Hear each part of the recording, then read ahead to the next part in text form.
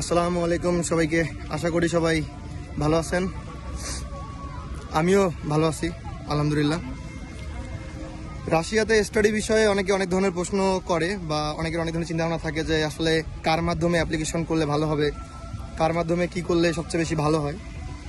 তো আমি আমার জীবনের একটা লাইফ এক্সপিরিয়েন্স যেটা আমি আসলে শেয়ার করি। তো আমি যখন রাশিয়াতে আসার জন্য প্ল্যান করি তখন আমি আসলে রাশিয়া অবস্থানরত এক ভাইয়ের মাধ্যমে আমি আসলে আমার ফাইলটা জমা দিই। তার নামটা আমি আজকে হাইড রাখি, গোপন রাখি, তার নামটা আমি না বলি। তো আমি যখন তার মাধ্যমে আমার ফাইলগুলো দিই, এক সময় 3 মাস এর মতো তিনি আমাকে ওয়েট করানোর পরে তিনি আমাকে বলে যে আসলে তোমার জন্য আমি ইউনিভার্সিটি চুজ করতে পারতেছি না বা হচ্ছে না তোমার ইউনিভার্সিটিতে, বিভিন্ন ধরনের এক্সকিউজ দিচ্ছিল আমাকে সে। তো আমি তারপরে তাকে আমি কিন্তু আসলে অনেক টাকাও তাকে আমি প্রদান করি আর কি, কারণ ফাইল ওপেনিং চার্জ থেকে শুরু করে সব কিছু আমার কাছ থেকে নেয়, বিভিন্ন কথা বলে, ছলে বলে, কৌশলে নেয় এবং আমি তাকে টাকাগুলো দিই। তো শেষ টাইমে যখন সেই কথা বলে তখন আমি খুব চিন্তিত হই এবং বাংলাদেশ অ্যাসোসিয়েশন রাশিয়ার যেটা গ্রুপ আছে ফেসবুকে আমি সেটা খুঁজে পাই আর কি। তারপরে আমি ওখানকার যিনি অ্যাডমিন এবং স্টাডি ইন রাশিয়ার যিনি ফাউন্ডার ভাইয়ার সাথে আমি কথা বলি। ভাইয়ার নাম হচ্ছে ডক্টর রিয়াদ। এবং রিয়াদ ভাইয়ের সঙ্গে কথা বলার পর ভাইয়াকে বলি ভাইয়া আমি আসলে আমার সমস্যাগুলো ভাইয়াকে শেয়ার করি। তো ভাইয়া খুব আন্তরিকভাবে আমার সব কথাগুলো শুনে এবং তিনি আমাকে বলে যে দেখো কানন, তুমি যদি চাও তাহলে তুমি তোমার যে ফাইলগুলো তুমি দিতে পারো। আমি বলি ভাইয়া টাইম তো অনেক শেষের দিকে, এখন কি সম্ভব? তিনি বলে হ্যাঁ সম্ভব, কিন্তু don't wait for the last moment. তার এই কথাটা আমার এখনো মনে আছে।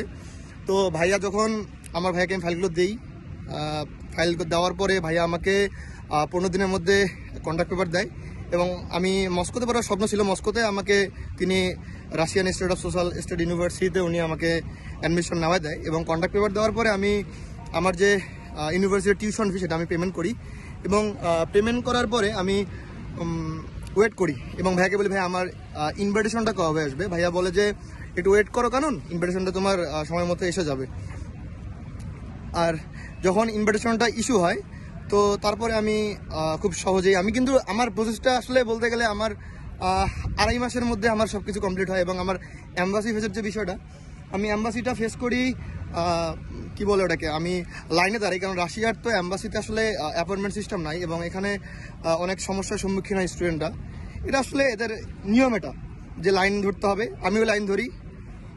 তো লাইন ধরার পরে ভাগ্যক্রমে আমার ভিসাটা হয়ে যায় আর কি, আল্লাহর রহমতে ভিসা পাই এবং ভিসা পাওয়ার পর আমি মস্কোতে আসি এবং এটাই হচ্ছে বিষয়। আর একটা কথা আমি বলতে চাই যে রাশিয়াতে আসলে বর্তমানে অনেক স্ক্যাম, অনেক ভাই ব্রাদার বিভিন্নভাবে ফাইল নেয়, কে কোন দিক দিয়ে স্ক্যাম করতেছে সেটা বলা মুশকিল।